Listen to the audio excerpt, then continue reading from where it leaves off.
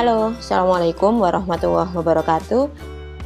Welcome back to my channel, Ima Suseno. Jadi dalam video kali ini kita akan membahas tentang draft latihan pelaksanaan coaching percakapan untuk menyelesaikan masalah. Jadi ini adalah salah satu tugas yang harus kami selesaikan dalam pendidikan guru penggerak untuk modul 2.3. Seperti yang sudah saya sampaikan sebelumnya, jadi untuk melakukan latihan menurut saya karena melibatkan pihak lain maka dibutuhkan draft.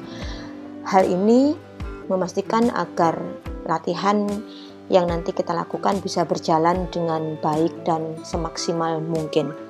Adapun draft dalam bentuk Word akan saya sampaikan setelah ini. Ini adalah draftnya ya. Saya beri warna sesuai dengan perannya. Merah menjadi coachee, biru adalah coach. Yang mana draft ini berisi alur percakapan Tirta. Setiap tahapannya tergantung dari memang pembicaraan ini bersifat apa. Apakah untuk pembicaraan untuk refleksi, pembicaraan untuk pemecahan masalah, pembicaraan untuk kalibrasi, atau pembicaraan untuk perencanaan.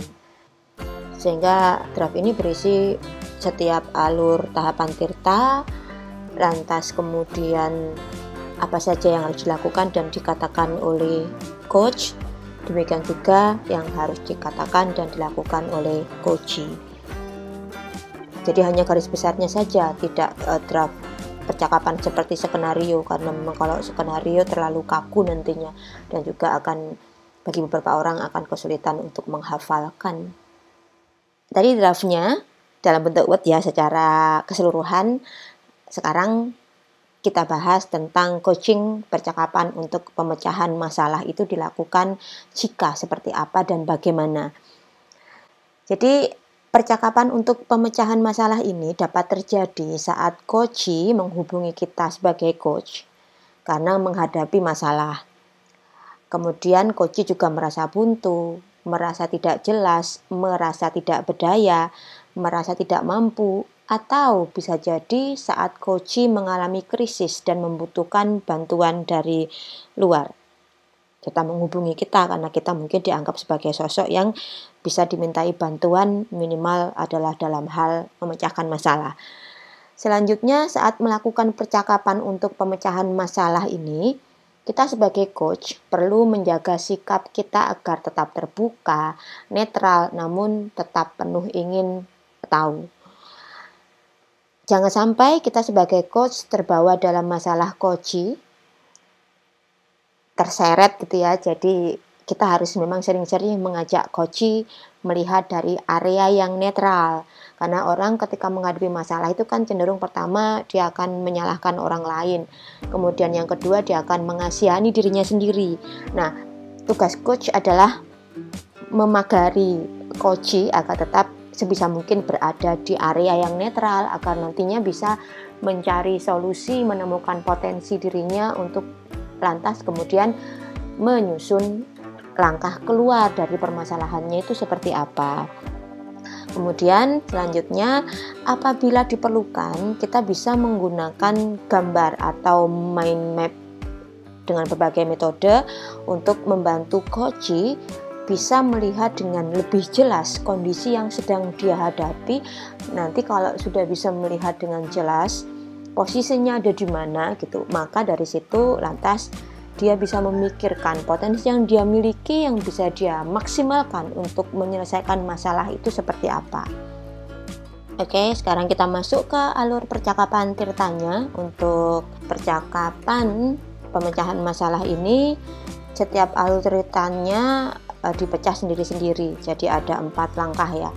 T tujuan, kemudian I identifikasi, kemudian R adalah rencana aksi, dan TA-nya adalah tanggung jawab. Tidak seperti video sebelumnya percakapan untuk refleksi di mana identifikasi dan rencana aksi itu menjadi satu kesatuan.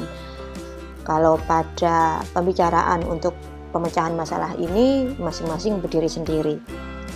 Kita bahas tujuan dulu ya. Jadi dalam penentuan tujuan ini atau alur tujuan ini, coach harus mengajak coach untuk menyepakati tujuan percakapan untuk pemecahan masalah yang sedang dialami oleh coach ini.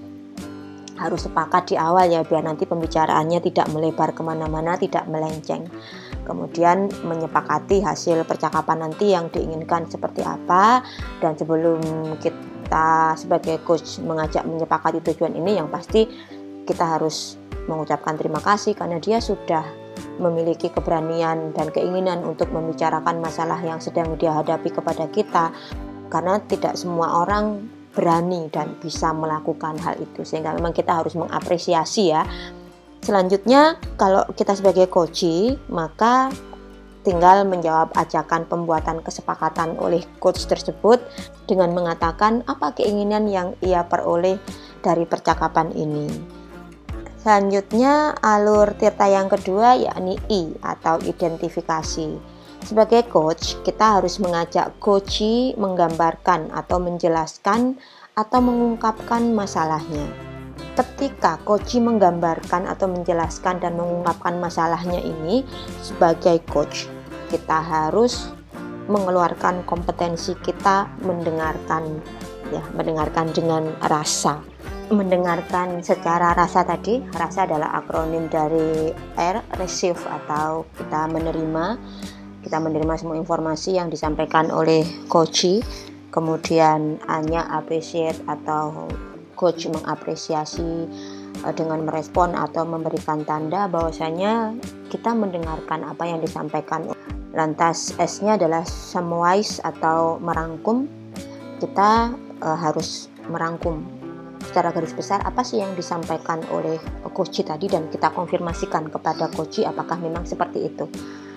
Lantas tidak lupa yang terakhir A adalah ask atau tanya.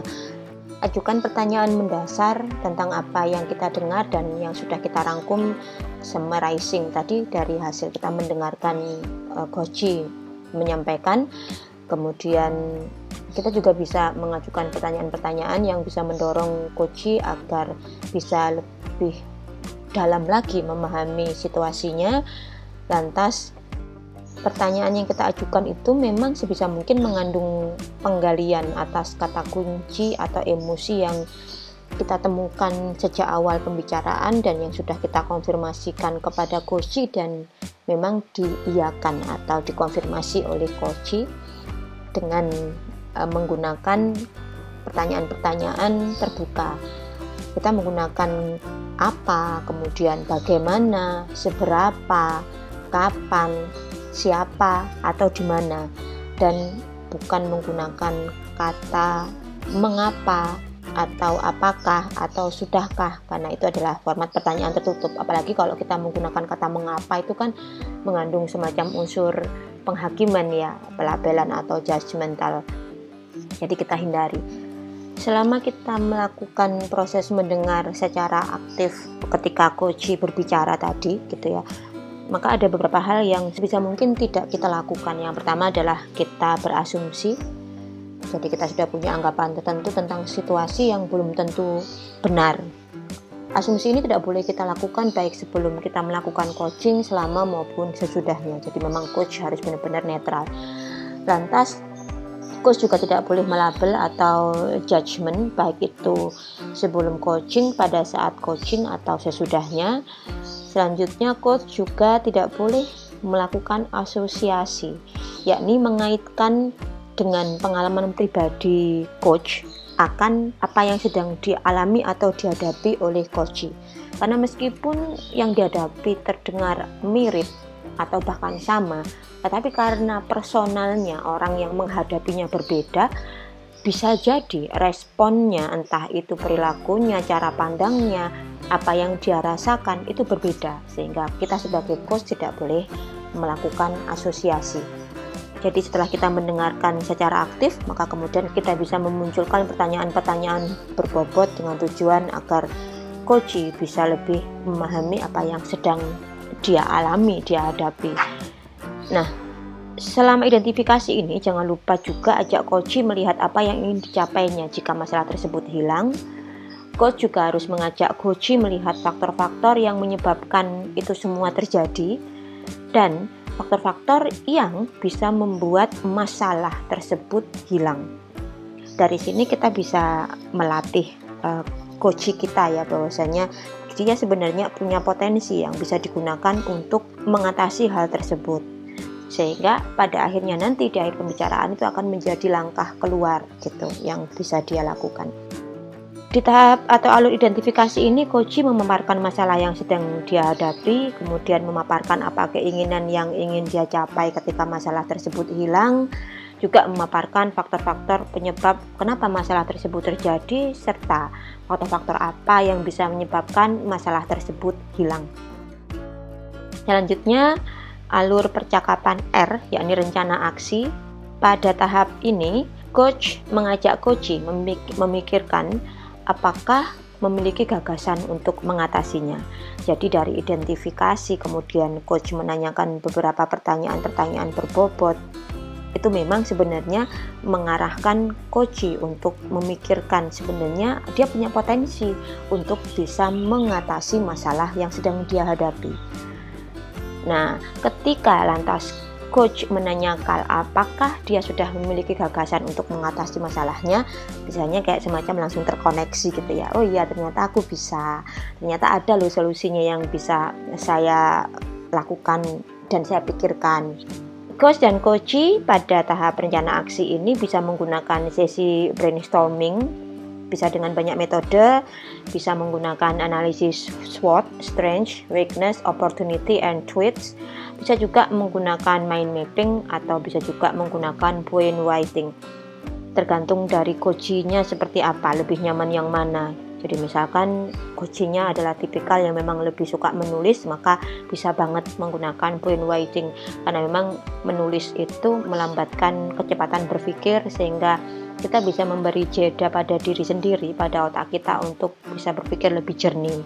Merancang langkah selanjutnya itu bisa lebih presisi, bisa lebih baik jika kecepatan berpikir kita agak melambat.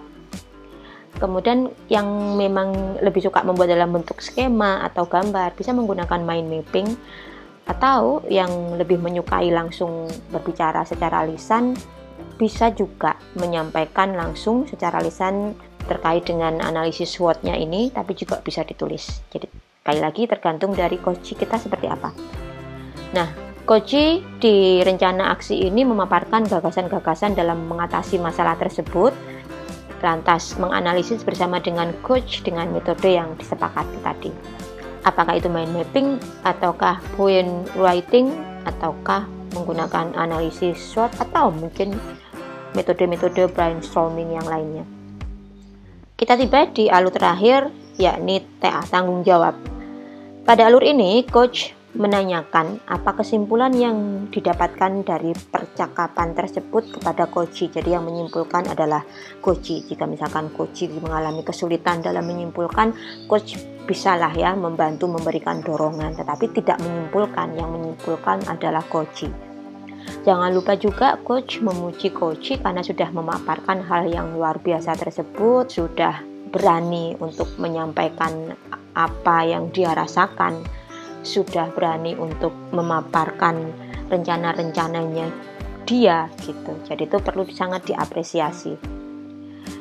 Lantas di alur ini untuk koji-nya dia menyimpulkan poin-poin yang didapatkan dari percakapan tersebut.